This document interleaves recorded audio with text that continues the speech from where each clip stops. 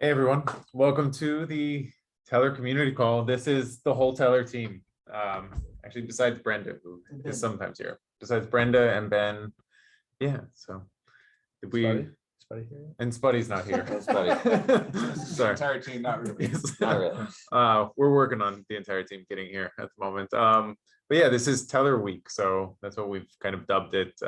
We brought the whole team out, and we're kind of jiving on getting Tellor X up. We're talking a lot about just the different projects everyone's working on. It's great to really work with all you guys in person. Yeah, a few of us we haven't ever met in person until this week, so that's important. Yeah. Well, it's not necessarily important in a decentralized well, we all ecosystem, appreciate it, but it's yeah. super awesome. And today we were going to have kind of a sorry, Ryan's editing, but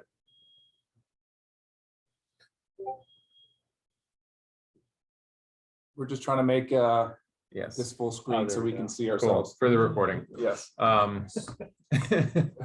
Anyway, but so for the community call today, I don't think we did any questions. We're happy if somebody on the chat has any questions, just ping them whenever. We're just gonna have a really open-ended call here. And we might even go around because I want to like encourage participation. So but we wanted to talk a lot about just Tellor values and kind of there's the what are we building, but then there's also like the how and the why, and there's those different questions. So Mike, I don't know if you want to kick it off, or I guess start, or yeah, where to begin? But yeah, I mean, so I can give like the background about, I think most of the people who are probably watching this call know kind of the Tellor story, a little bit about how we we're doing Daxia and then what we're building, and then but a lot of people on the team actually are pretty new to crypto. This isn't like we're not all crypto OGs who got into the space to end the Federal Reserve with Bitcoin.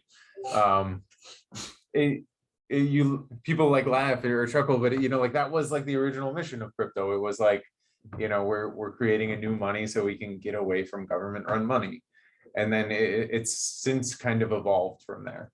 Bitcoin as well has really moved on past just this digital money that isn't controlled by the Fed, and now it's you hear that it's a store of value, and it's a way for people to sort of democratize their wealth and things like that. And moving on to that, like what is Tellor actually building? What are we enabling, and why are we trying to do that is the question. Because I don't, at least for me, early on we had sort of made decisions like we don't just want to build something to build something.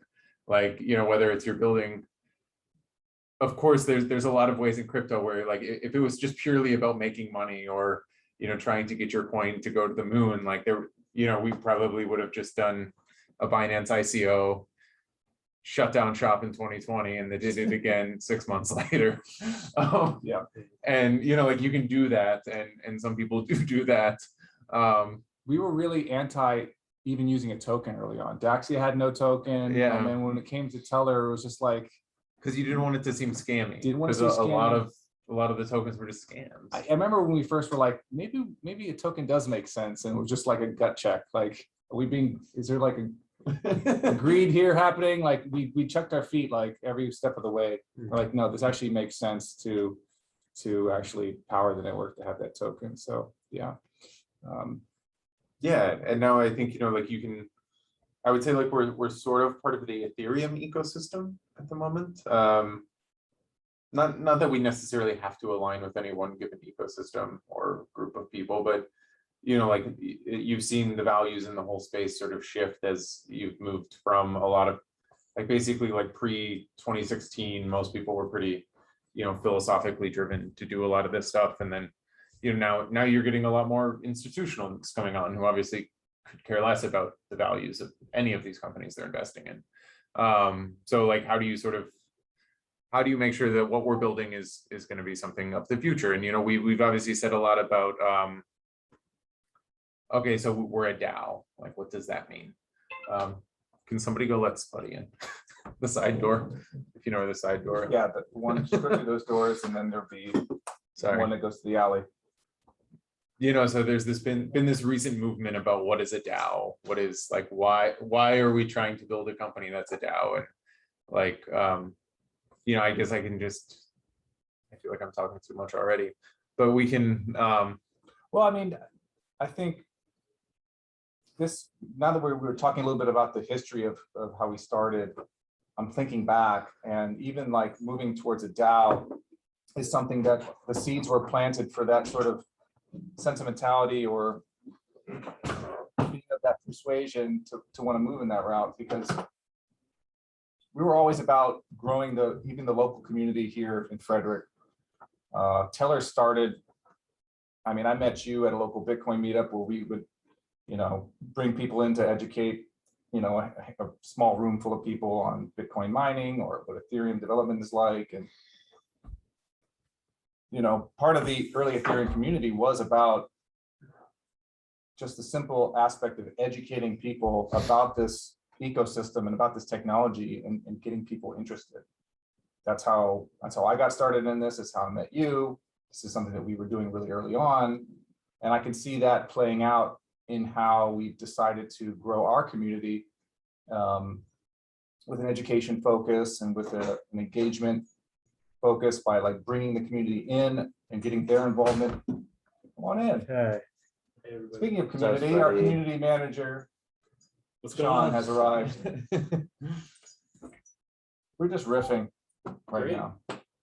Okay. Yeah. So yeah. so that said, like the values of kind of like right now, they don't have to be our values forever.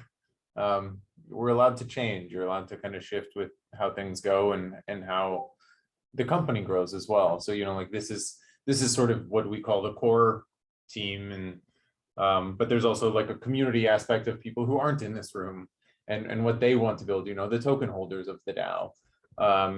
And it's always like a give and take as far as like what, because obviously like if you're going to be working on something, you obviously want to believe in it. So, like if at some point you don't want it to become, a lot of times people would say like, oh, we're creating DAOs to get away from the shareholder model. So if the old world of like, you have these equity shareholders and then you have employees who do the bidding of these equity shareholders. And well, like that's no good because that sort of failed because you just sort of always drive towards this profit motive, and basically you can trash the environment and there's a whole bunch of other problems that are pretty well documented. How do we sort of structure the DAO going forward to make something better, to have something that actually can create something that lasts and is long term? But that said, would love to kind of hear what you guys maybe think are some things we should be striving for. Because there was an interesting discussion recently on Ethermine, for instance. I don't know if you guys saw some of that stuff. So like Ethermines, they're not mining blocks that include front running because it's not fair to retail customers, and they want to like instill their values in what they're doing. So they're probably foregoing profits to do that. Is it a good thing? Like maybe. But then you get into, well, is what you're building censorship resistant? Which is another value. Which is of crypto. another So like value. you lose one to gain another. Right. But it's cool. Let them decide. But yeah, like, so you can decide. It doesn't have to be just purely censorship resistant. Like, obviously, like if you're purely censorship resistant, but all you allow is money laundering for, Jeff Bezos, like that's probably not something we want to work towards. The Ethereum miners will vote with where they hook up their hash power to. So, I get. But yeah, like what you were saying was the more we grow our community, the more that there are going to be new opinions there, and there already are there's new people in this room, newish, new people in our community. They all have their own ideas of what the value should be, and it's an exciting thing, but it's going to be something that we're going to have to deal with, like our values shifting and having like maybe sometimes some pointed conversations about what direction we should go in as a protocol as a DAO. But that's cool. And that one point before sort of, I guess, turning it over to whoever, but this is why it was so important on like how you build a community early on. Because if we grew our community really fast, full of, just token speculators, I mean, it's not going to be a fertile ground for this type of discussion. It's all going to be about like, how can we get the price to go up, and not about any of these sort of more philosophical points of view that I think is really important to us. So we wanted to sort of set the tone of the values and then establish a foundation of people that were like-minded, and then hopefully turn it over and I'll let that sort of go where it goes. Yeah, so I'll kick it off over. I know somebody's done a lot of research on our values and stuff. Sean, actually, back there, he gave a whole presentation on it like last month. Yeah. Where do you think, the Tellor values are standing currently? What do you think we're doing right? What do you think, I think a big idea that we've talked about too is the ownership of your identity, whether it's like your digital identity, your financial identity, or like social identity. So I feel that's a big thing that we're building towards. So instead of it being controlled by like a large like Google or Facebook, it's something that you have ownership of. It's not something that's monetized unless you like give permission to do that. Those are the big, I think, personal like values that I think we're building towards for sure. The other thought that popped into my head is just, and this is an open question, like, given the old entity structures that were like corporations or stockholders, what does success for like a DAO look like? Sort of a good one I wanted to throw out. I have my own opinions, but I don't need. I think it's participation, right? Yeah. Like a lot of people participating in the DAO makes it successful. I also think a culture shift, right? Like, because this whole thing is set up around an entirely new way to do money and an entirely new culture that surrounds that. So if you're able to succeed with translating that to the regular person, I think that also helps with shifting. I think it's even more basic. I think if you can just sort of exist and achieve like stability over any sort of stretch of time, where the community itself are creating a product and self-sustaining themselves, is like a huge victory for this brand new way of organizing. Can like for Tellor, like, can we launch a new version of Tellor using the DAO? Can we survive the next year? Just in that and of itself is easy if we control everything, but if the community controls it, it becomes extra special, because it's not that simple to sort of, it could be like herding cats sometimes, but if you have a good community, then it's can be sort of magical if you see it working correctly, but we shall see. I mean, what kind of community would you guys like to create? I guess it would be, like if somebody asked, like, where do you see Tellor in 1 year and 3 years? Like, I mean, like Spuddy and Ryan, you guys work on the community side a lot. Like, what would you guys like Tellor's community and what we're building to look like in a year or in 3 years? I want to see more conversations about Tellor and not TRB. That's one of the things that I'm striving for. Yeah, that's well put. So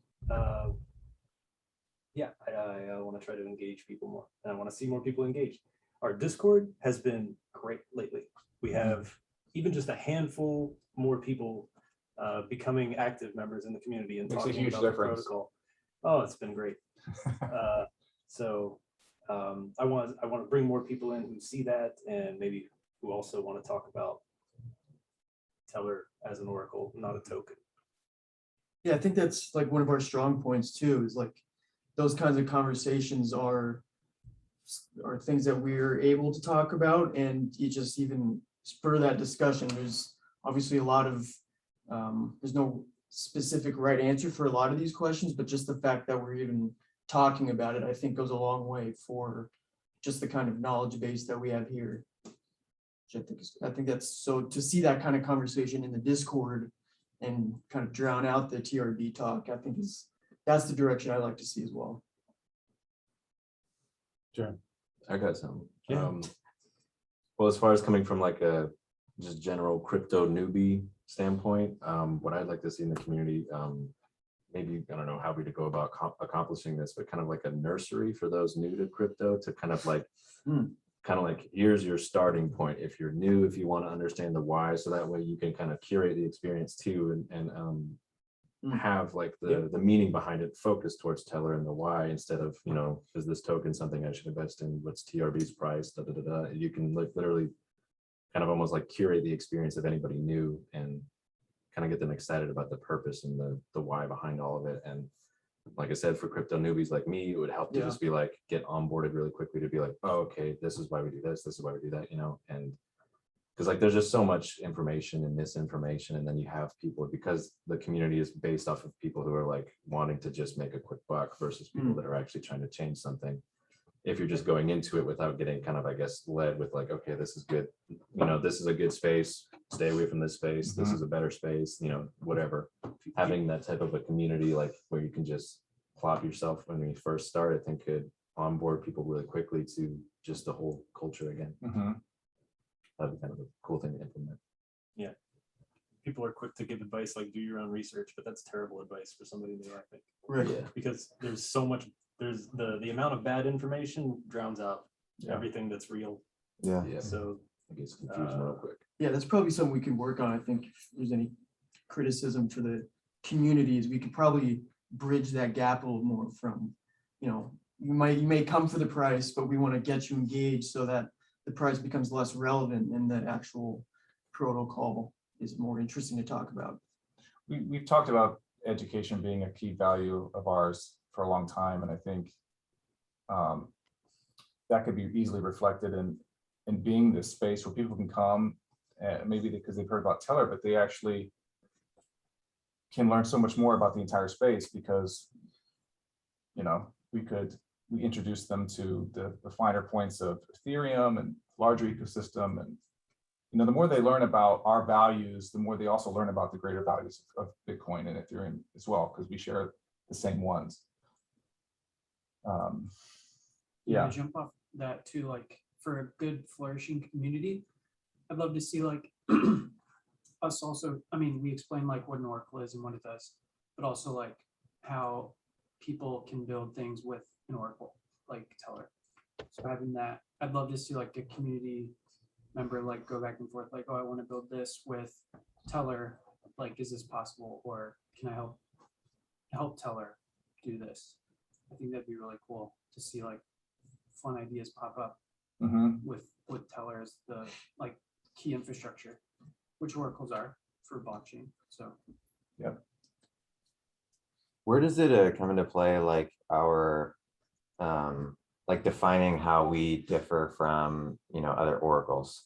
And like, let's say there's that like newbie coming in, or just people coming into the Discord and stuff, like what level should we get, I mean, open-ended question, but what level of like, right now we're like the underdog, like let's say like versus Chainlink or something, here's like their pros and cons clearly defined, you know, as a like crypto newbie, maybe like, this is why that's important. This is like sort of the end game of like what, you know, centralization can lead to, like with an Oracle or something.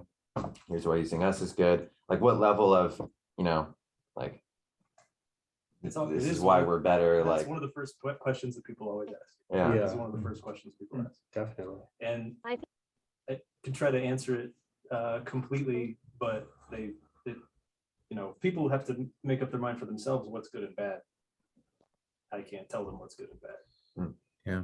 Brenda? But I think one of the pros is really like going back to like why this even exists.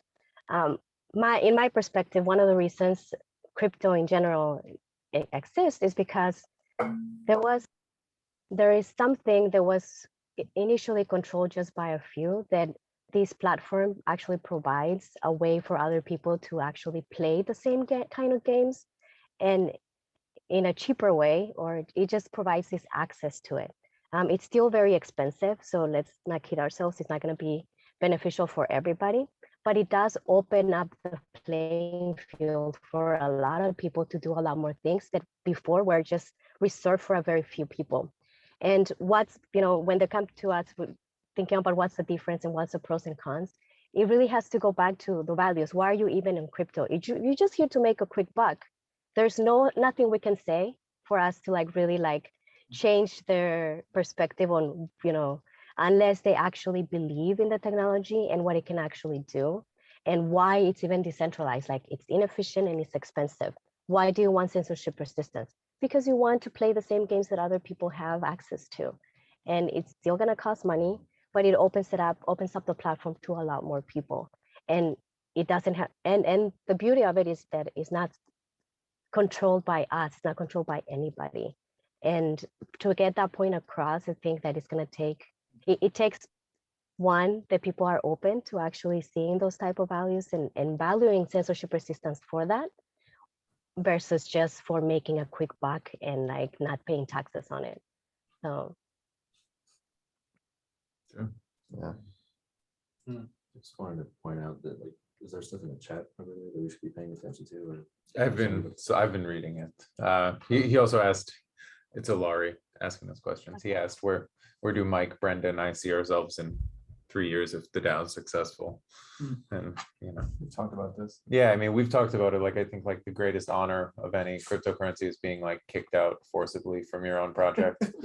So, whether it's like the early Bitcoin guys who like, like Mike Hearn, or even like Gavin got some stuff last week, like they try and make a proposal and the DAO's like, screw you, man. Yeah. That would be cool if like you guys just ostracize me at some point. Remember me? Who this man? Exactly. Like, he doesn't represent us anymore. They're all grown up. Yes, exactly. Teenagers. Just don't start Tellor Cash. Right. Yeah. No, but I mean, like, so other people who haven't talked, like, so Mike, Babs, like, why you've actually known Tellor for probably longer than anybody else here. Besides like Mike, Brenda, and I, like, what got you interested in Tellor, like even in crypto in general, like, what do you hope that we're building moving forward? Yeah, probably. Actually, I don't even know if I've ever introduced myself or not. But Oh yeah, to the community, you've been on the calls many times, so I feel like you're like always on a sidebar. yeah. So my name is Mike, and I've known Mike and Brenda and Nick for quite a long time, because my office was next to theirs for a while. And my background is in real-time computing and chip design.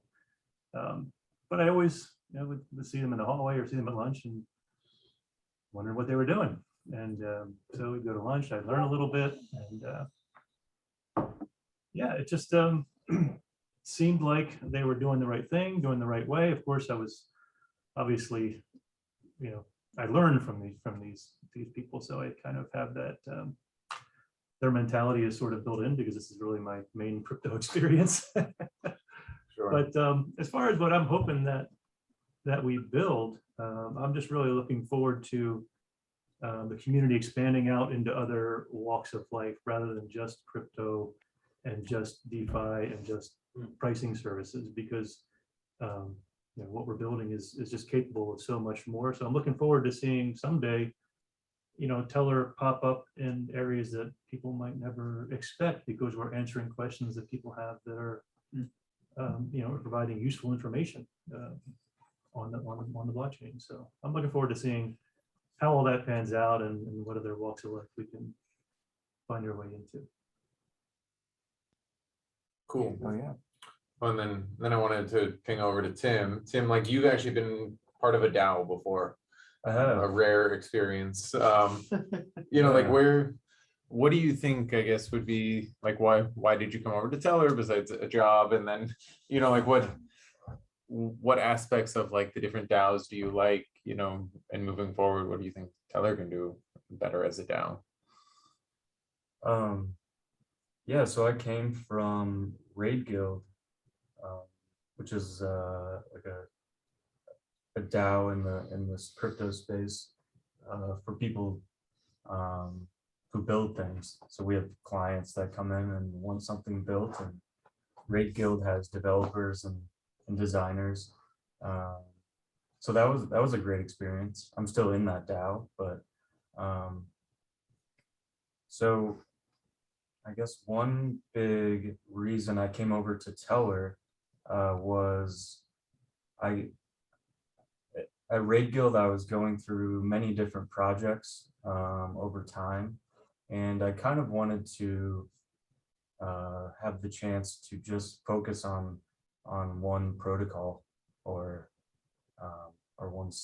one little ecosystem, one set of protocols, as opposed to just building something and then just not thinking about it again.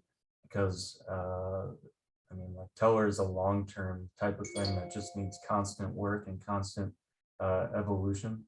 So yeah, I wanted something I could invest a lot of time into and continue to think about for months so far, and maybe years, whatever.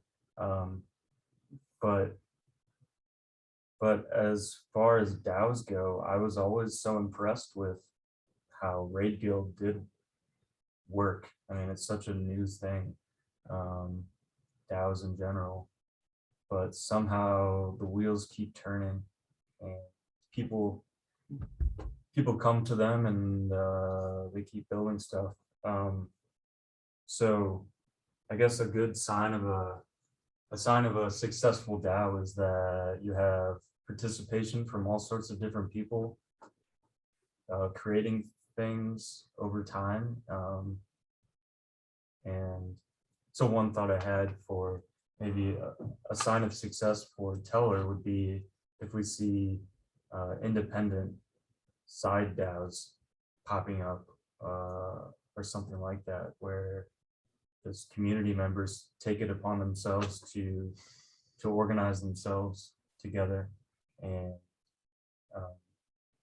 maybe along the lines of what Mike was saying, like if we see Tellor used for use cases outside of the crypto space, maybe you could see a an example, like an insurance, non-crypto insurance DAO could pop up that uses Tellor data, but it's really for people providing insurance to farmers or yeah, so I think it would be a really good sign if we saw our community just taking the initiative to make their own projects and make their own little niches using Tellor along with whatever other tools there are. So I mean, yeah, on Raid Guild though, like, you know, and kind of talking about this one, like, were there ever any projects you guys like turned down because they didn't match your values?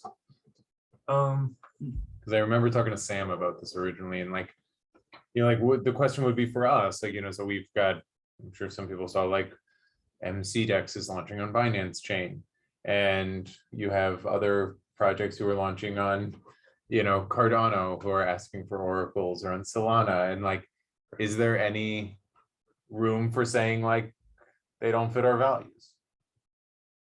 Like, we don't want to waste our time on it. So Raid Guild in admission will judge people based on personality and values, right? I remember hearing about that. Admission to the DAO as a Admission member. for joining the DAO. Right. Yeah. They say the thing about the meme culture, like if you don't get the concept of like Raid Guild in relation to like, I think he said Dungeons and Dragons, like he's like, you're not a fit for Raid Guild. Yeah. I want to just piggyback on that. I know this is sort of jumping on your point now, but it's just Go a ahead. perfect time. So like we listened to a talk with Soleimani talking about Moloch DAO and how he's got like this openly pagan brand that it either really, really turns you off and you're not interested in it at all, or you're like really, really drawn to it. And I think that sort of unabashed branding or just being proud of what you are and what you aren't acts as a sort of a filter. You're gonna, you know, the projects that get it and like it are gonna be sort of attracted to you and they're gonna come to you more. And the ones that aren't a good fit, you know, might stay away because they don't get it. So I think growing our ability to sort of know who we are and like express it openly, very clearly, I think is a move I'd like to see. And we're sort of like still figuring out who we are. We're doing a rebrand right now. That's another step in that evolution, but that's a process. So I don't know if I just took over the combo. No, that's good. But, oh, so your point about like, do we as a community accept a project is sort of that on its head. It'd be Mhm. interesting to see like, it's a little different with like Ampleforth integrating like Tellor into their protocol, which is like a much more of a major choice decision than it is just like us providing a service to a project.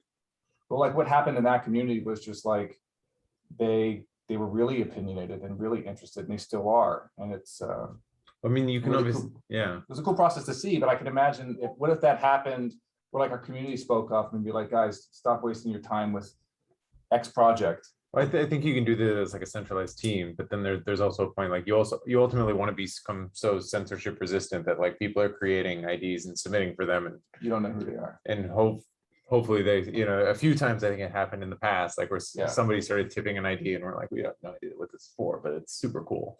Yeah. So eventually you want to be like, XBTC or something. like similar to like Ethereum, like, that was always like, the argument of Ethereum. Once they put like this decentralized smart contracts, people were like, well, what if you made a bounty to kill somebody?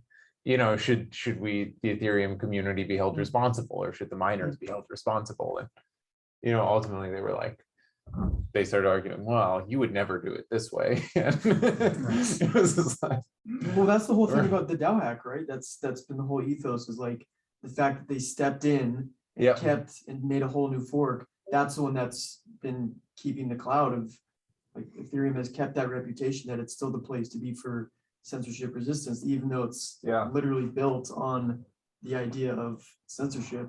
But it's, I mean, that was just, but that was just kind of the beginning. That it was so early on in the ecosystem that they knew how important it was to not let that kind of thing just dictate that hack to kind of be a stain on the fork. So, and it's doing well. I think Ethereum is doing well. I don't know about Ethereum Classic. right. This Yeah. reminds me of an idea that you introduced to me not too long ago, just the concept of thinking of Tellor as a public good. Yeah. That kind of thing ties in. Like if we create this public good that's really accessible and easy to just plug into without any hand holding, then it provides the space for people to just use it and not have to like go through any sort of process where they get approved by us or the community. So Yeah. When That'd be I, cool. and I think for me, it's definitely one of those things like what would be the future directions? Like same with whenever people talk about what are future directions of crypto, to me, I want it to be more privacy enhancing. I wanted to see, more technologies to sort of resist whether it's like state control or state coercion, or, even corporate control or corporate coercion. So that way you can sort of move in those directions by building these kind of open source tools that allow that. And that's always what's kind of I've been hoping to do. But Lauren, you're the only one that hasn't spoken I yet. haven't spoken. Any thoughts? I guess I was just wanted to go back to what Josh said about education and like outreach to new people, because that's something that I, as a newbie in all of this, would definitely appreciate a lot, especially with all the research that I have been doing on my own into like whatever projects I'm working on. There's a lot that are very clearly easy to pick up on, and they want you to join them and they want you to be a part of it. And there are other ones that almost seem like they're making it hard on purpose. I mean, for context, we brought Lauren on a month or two ago. Yeah. I mean, so you like read the Ethereum paper like 2 months ago. Yeah. And like everything was brand new to crypto. So like, what was there ever like a why in there? Were you curious on the why, or did you look that stuff up? Like how did sort of it present as you started to do your research? Just curious. Well, at first I was just confused about everything. But It's fair. I like how you explained it to me when I like first came on about our values as a company and how important like self-governance and everything is to you, and how you don't want to make any decisions for the whole company. You want the users to basically decide for themselves about things. Eventually, yeah. But you were like, long term, I don't even want to be in charge of anything. Like I want it to all run itself. And I thought that was a cool idea to aim towards. Cool. Yeah. So other thoughts, guys? Where are we going? I found out recently reading a book about Bitcoin that I thought this was really interesting, that like the string, like, or like the sentence that became the Genesis hash for Bitcoin was a headline from 2008 about like the Bank of England bailing out some bank. It's like the literal like seed of this Yes. entire system was like in reference to the financial crisis and like the impact that it had on lots of people, including myself as a like 10-year-old.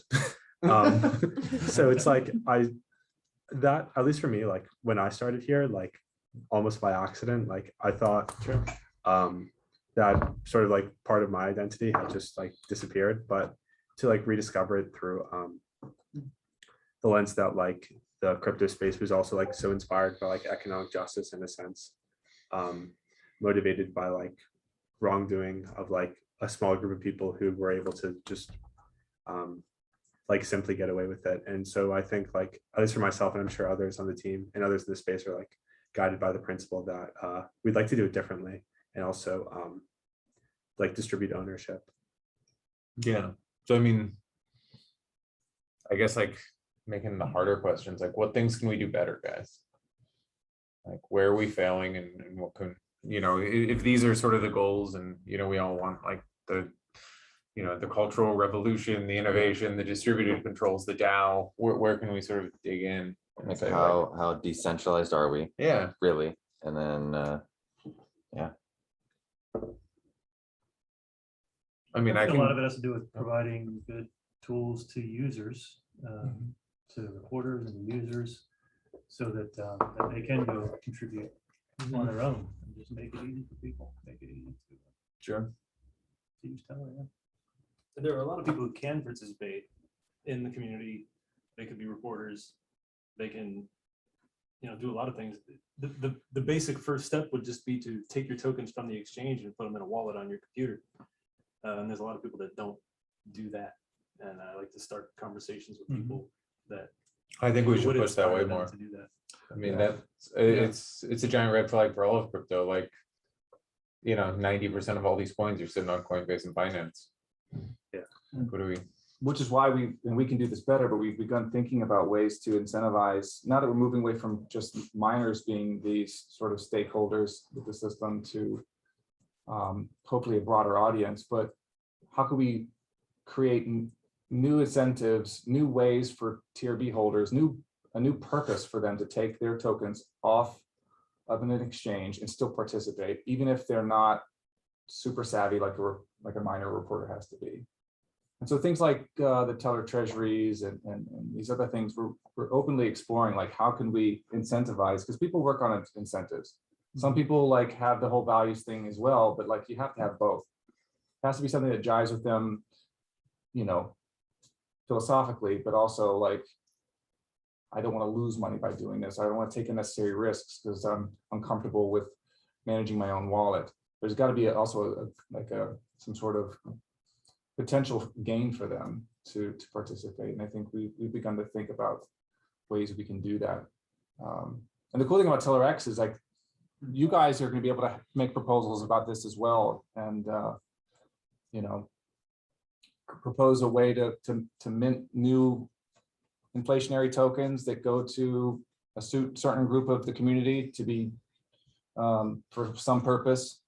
So, I mean, I think that the ideas that we can come up with over the next few months are pretty open-ended, but yeah, I think we need to do better finding ways for people to get involved that aren't this subset group that are highly technical.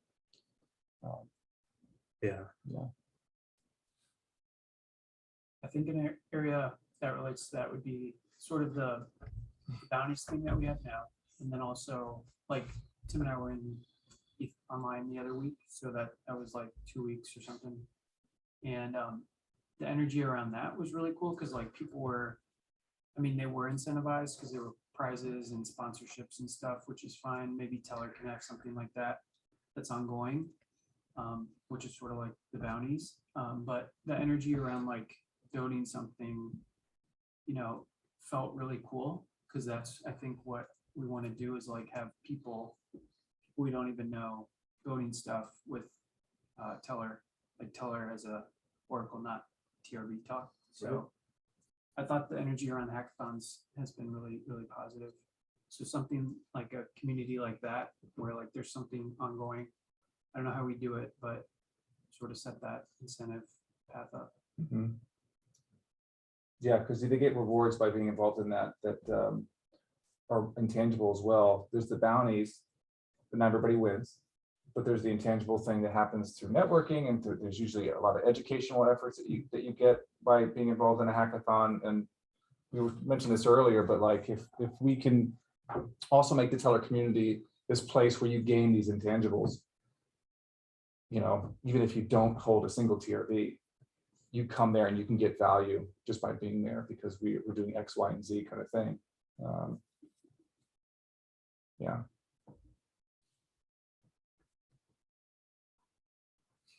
Josh. Was kind of a little bit off topic, but I had a question because especially involving the conversation around community and stuff like that, most of that stuff happens on Discord right now, right? Mhm. Right. And this is not necessarily Tellor related, but I definitely think it's part of the larger picture of crypto in general, as far as what is being done, as far as being, because it sounds like right now crypto is kind of like starting to want to make that move to getting away from like the institutions in place that are kind of more archaic as far as this space is concerned. Like what is being done as far as like, I don't know, creating like a decentralized Discord, like how can we kind of, I wondered the same actually. yeah, how can we make like a community that's like literally 100% in the new paradigm, so that way it's not like half 1 foot in 1 foot out kind of a thing. And I don't even know if the infrastructure is there to be able to support that yet, but I was just wondering, is there a direction going like that? Is there something being done? I forget. I know the creator of Discord is like involved on crypto Twitter, and there was a thread not too long ago talking about ways in which Discord could decentralize more and go that route. And I forget the details of it, but like it was, I remember thinking like, that's awesome that the guy's even thinking along those lines, being that. And I mean, what was it, Signal, or was the other messaging app? like Telegram, but Some people, open some source. communities have tried moving over to Signal. It's always just, if people are familiar with Telegram, they'll join the communities, or if they're familiar with Discord, they'll join the communities. It's always a question about how closed off you want to be in a lot of ways, because sometimes, if you told them like, if I went to a website and they're like, oh, if you want to come see our community chat, go download the Signal app, I'd be like, yeah, no thanks. Network effect. Yeah, like I would be like, there's no way in hell I'm downloading this thing unless like there's a really big incentive for me to go do it.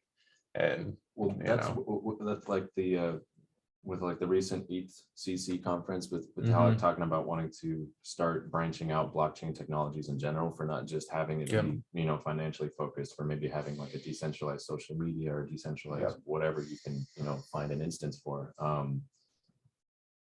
I was just thinking that, and Tim was talking about this too, as far as like having like your own Ethereum address be like your, I guess, your handle online, like it's your wallet, it's your email address, it's your everything, and it's your one login for exactly. So like that, I feel like that could probably take care of a lot of that, because you wouldn't have to download anything like that. That's a specific address that's specific to you almost kind of becomes like the key that unlocks access to any of the other platforms that are available to use that. And yeah, a lot of people are working on that. Really cool.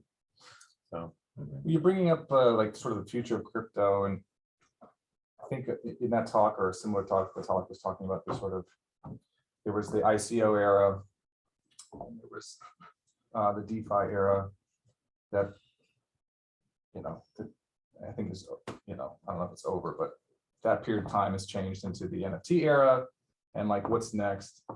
And I think a big value of ours is being, we haven't mentioned, but being sort of nimble and fast moving and trying to be as future-proof as we can. And we're trying to tackle that on a technical level with Bytes data. And you guys could talk more about that than I can, but being ready as a project, as a protocol, as a community for the problems of the future, or the where the space goes. Like if it moves, and there's this huge era that's around decentralized identity and social networks and stuff, like how do we fit in that world? And just being aware of that. And I think that even if we can't really be aware of it because you just have to react, how do we build a community and a team that is just able to be that sort of nimble on our feet? And I think that's something that we really focus on.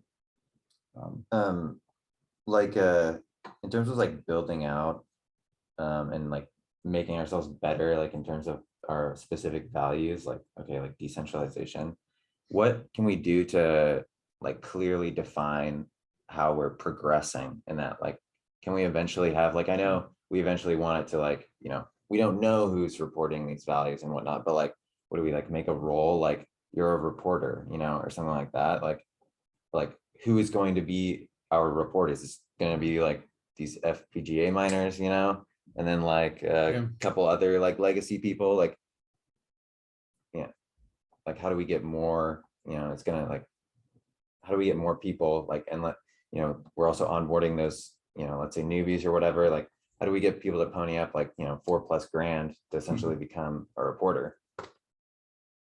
And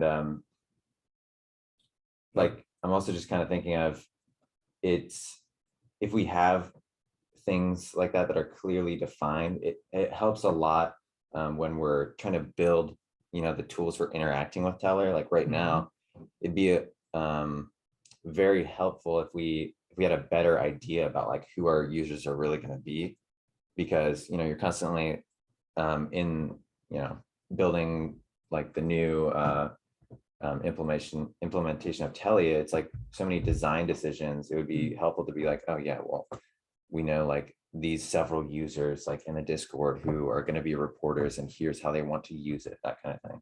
Sure. But I know that's like, you know, that's hard and something we're working on, but yeah, just like a clear some, yeah, what are the ways that we can like clearly define who our I think it's users are? important, and it's essentially marketing. I mean, all the different arms of the Tellor network and who does what and why.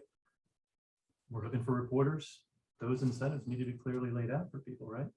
It's just part of the job. I've been telling, That's true.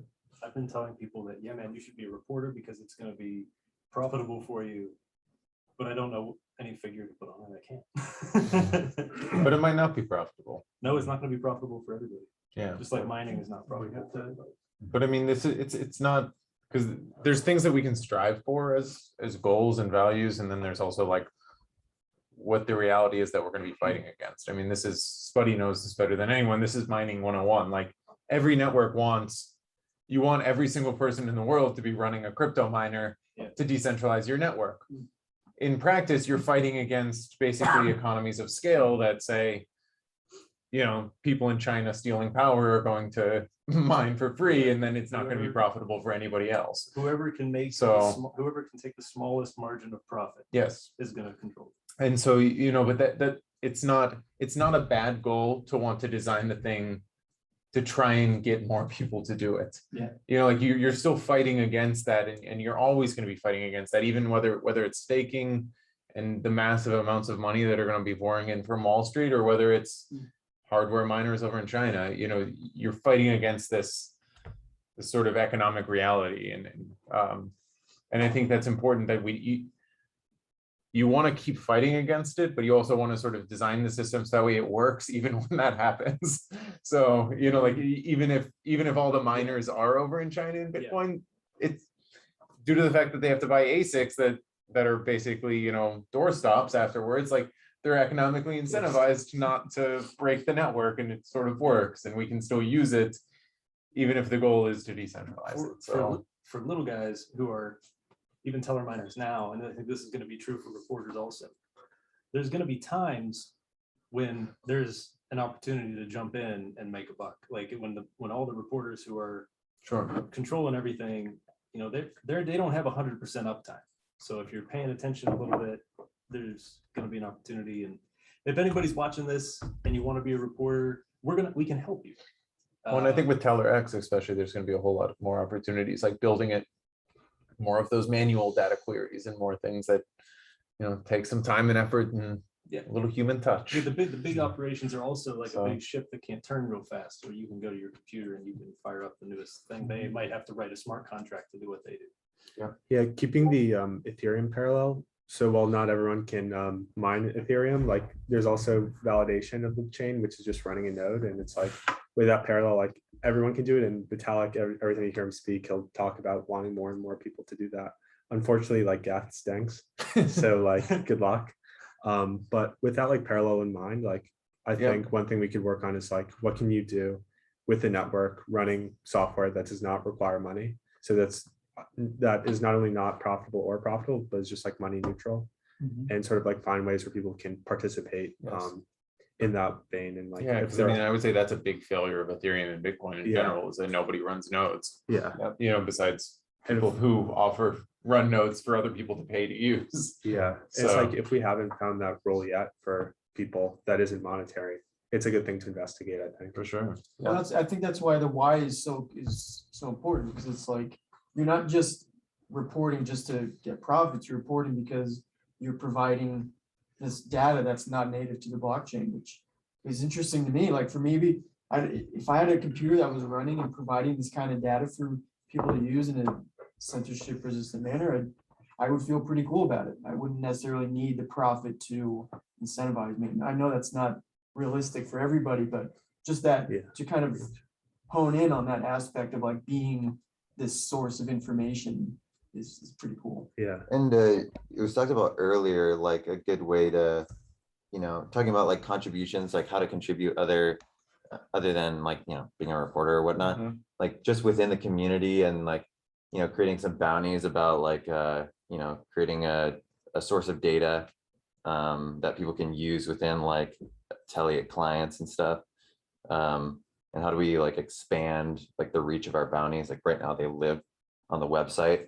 We post about them, but I don't know, like Gitcoin grants, and there's like other bounty platforms that like people use a lot. Like one thing, no. Do community members have to go through us to create a bounty? Yeah, because it's through our website now. But I mean, like I like the thing with like Raid Guild, they do you have like a title, like, or you're like a mage or something, and then you can get like points. Yep, they gamify it. Like maybe, That is like even like one of the best examples of like decentralized ownership was like early Wikipedia, or like Stack Exchange, for instance. Like these people run Stack Exchange for like for free, basically, right? And Yeah, or like Quora, like Yahoo Answers, yeah, you Napster?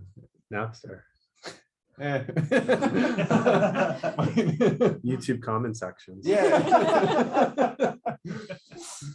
So like there are these non-monetary things I think that are super important. Yeah. So maybe we can think like maybe there is like an aspect of Tellor moving forward and becoming a better DAO by creating better incentives, but then maybe we need to just think more about like, say like, no, you can't make money doing this, like, and just being open about it, and like how do we incentivize them without making money on it? Maybe that's an Again, if you option. are clear about who you are and who you aren't, you're going to attract the people that like, you know what, I'm actually more interested in, this sort of social credit of being labeled a Tellor mage because I've done X, Y, and Z. I've posted this many comments in the Discord, or I've voted this many times. You can keep track of these numbers and create some sort of reward schemes, or I don't know, title schemes, or anything that's fun. I mean, maybe that's like the opportunity you have, because like you feel like anything that has a lot of money to it ultimately like gets taken over by Wall Street and corrupted, and the people who you attract are not the best. So maybe the real answer is trying to take as much money out of it as possible, out of the critical tasks of it. So and you're going to have people that are just like, they're going to be holders. They're not traders. They bought TRB because they dig it. They're going to hold on to it forever. And if they feel like they can be part of the success of their token holdings going up because they're involved in the sort of day-to-day of the Tellor community, I think that's attractive to a group of people for sure. I mean, even like, we don't want to like be like, all right, we're seeking users who are just concerned about like, TRB rather than Tellor, even just being a little bit more fanatical about like our values, and like, look, we're going for like this beachhead, like we're getting a lot of resistance, like just talk about like the sort of politics of crypto a little bit more, like there's like active resistance for us to get, like new projects and stuff, and like new users. So like talk about that and be like, we're like waging a battle here and like, you know, Yeah. we need this. And like, we believe that like, once we get that beachhead, there is going to be Yep. a significant, so it's like, This is our Normandy. you know, so if, Well, yeah, it's so like it's like- David, it's like we are David in the David and Goliath story, but we're afraid to like actually come out and say we're David. yeah, but it's like even Yeah. for those, I have a like meme for that. we have our, I made that meme. like on our Discord, we have our like, you know, our channel where it's like, okay, go over there if you want to talk about price. But it's like, you know, if we're consistently like, yeah, like we believe in this, like because of our values, like, you know, yeah, hold on to your TRB because like we Yeah. believe things are, you know, we believe we're gonna be around. And yeah, it's like- I've definitely been really quick to swap people away when they want to talk about the price of TRB, and I got to reel that in a little bit for sure. Wearing just just like- like hard TRB shirt. Yeah. But just steer the conversation back towards like, hey man, it's not about the price, it's about storming Normandy. Yeah. well, it's just Yeah, like, it's you definitely an know, uphill Are battle. you Tom Hanks? Or not? well, like realistically, if we get that beachhead, get a bunch more users, do you think the price is gonna go like take a dive? You know, it's like, The growth of the listen, like protocol. we don't have to be like, yeah, like it's gonna moon, like let's go. It's just like, look, we believe we're gonna gain users, and like here's why we believe it. All of our, you know, tools like are trying to enable people to like do this in a decentralized way. Yes, we're Yeah, gonna be definitely, around. yeah. Here's the pattern, Yeah. you know, make your conclusions. It's just like, To like almost like Trojan horse it, like, hey, if you're worried about the price will go up if you just join this community and start growing it and start just. well, being it's a like, part. we don't have to be like, you know, like Spuddy's saying, like, you know, if you're coming in here, we're not like unfriendly to you if you're just concerned about price. And there's gonna be some people who like are concerned about price and also like think the project is sick and like Sure. for its Yeah. values. Yeah. I'd like to say something before the meeting's over, because it seems like Please. all of us here in the room for the first time, almost all of us.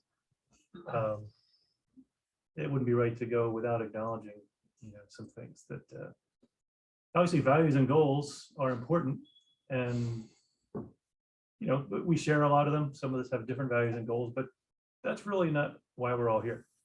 It's not enough to get us all here in this room together. So when you think about it, it was really, you know, Mike and Brenda and Nick that a long time ago created something from scratch that didn't exist and became a decentralized network on the planet that created not just the values and the goals, but the incentives, other incentives that we have to be in this room to work and have the, you know, the luxury and the privilege to be able to build this even more. So, I mean, I for one am just thankful for that, and Me too. I think it's really an amazing. I'm fascinated by how the whole thing just came to life. So, Working. congratulations. Yeah. Yeah. How did this happen? You wrote code and it prints money. Yeah. That's pretty cool. No, but thanks for saying it. It's awesome just to have everybody here too. Yeah. So values and goals are great, but you know, incentives are a little important too. So Yeah. and that's really, as much as we'd like to, you know, think that's our only motivation, but Yeah. You know, Well, you got to be able to support your families, and you got to be able to, you know, all be here. It's just part of life and reality. You know, like we could, I'm sure, like we'd all be, you know, helping save kittens or the environment or something more than this, but this helps pay the bills too. But you know, at the same time, like there is an aspect to like, you know, the old Google like "don't be evil" saying, and you know, you want to be working for a company that or be part of a community that's actually building something you believe in. and it did happen while Right. staying true to your goals and values. You didn't Right, change them and- along the way, But you, which I've seen from the very beginning. So Sure. I'm impressed with that. yeah, and you know, we don't want to ever become too rigid that, you know, like something that I've sort of pushed against is, you know, like there's like the old Bitcoin rigidity where, you know, the community members will slowly change out or whatever, but like, you know, the code stays the same, and that's the one thing, you know, like I'm willing to change the code if we need to fit our values if it's not working. And yeah, so like we just making sure that we're all building something and we're proud of it, and we want to keep building it. That's all. You know, we'd rather talk about it than get to a point, you know, like a lot of projects like this was, you know, like a say live on, you know, like MakerDAO, for instance, like literally their whole team is, all of the founders quit because it's sort of, you know, the project started moving the wrong way. And it's like, how can you prevent that? Like, obviously you want the protocol to kick you out at some point, I say, but like, you know, you want it to be as much as possible moving in the direction of something that is what you like. So, and especially all of us are, you know, like all of you guys like are within the first 2 years of a project. Like if you were at Ethereum the first 2 years, like you're all like complete OGs. So it's gonna, you know, hopefully in 5 years looking back, everyone will be like, wow, you were employee number 4 at Tellor. You know, it'll be crazy. So yeah, there's definitely something to say with like making sure you keep the values and moving forward, because that's what we're building. And then to me, at least, it seems like the projects that are not compromising on their values are doing the best. So You're Here, here. anything else, guys? Anybody else? Last thoughts? You can. Thanks for all the feedback, guys. I'll be there by lunchtime. When- Yeah. Cool. And Spotty, if they continue to ask like about the price, you should always tell them join it, get the price high enough to kick us out, kick the founders out. Yeah. So they can do that, yeah. to say, okay. But anyway, thanks everyone for watching. This was a super fun time. So Yeah. we'll have to, we plan on doing like the values calls like once a quarter. So we'll probably keep doing these. And this, I mean, Yeah, you guys man. haven't realized, I mean, the fact that we're doing this is demonstration of a key value of ours and yeah, the fact that this is an open Yes, conversation with exactly. the community and we're posting it on YouTube. we didn't practice this. Yeah, I mean, if we, I challenge anybody listening this for weeks. Yeah. I challenge anybody watching this to It'll be point bad. out a more open company than this in crypto. I challenge anybody Our watching. this to website is do that. open source. Who else does that? Yeah. So well, Who does it? Call? cool. So you're just not stuck on traffic on purpose. All right, well, thanks everyone. Bye, guys.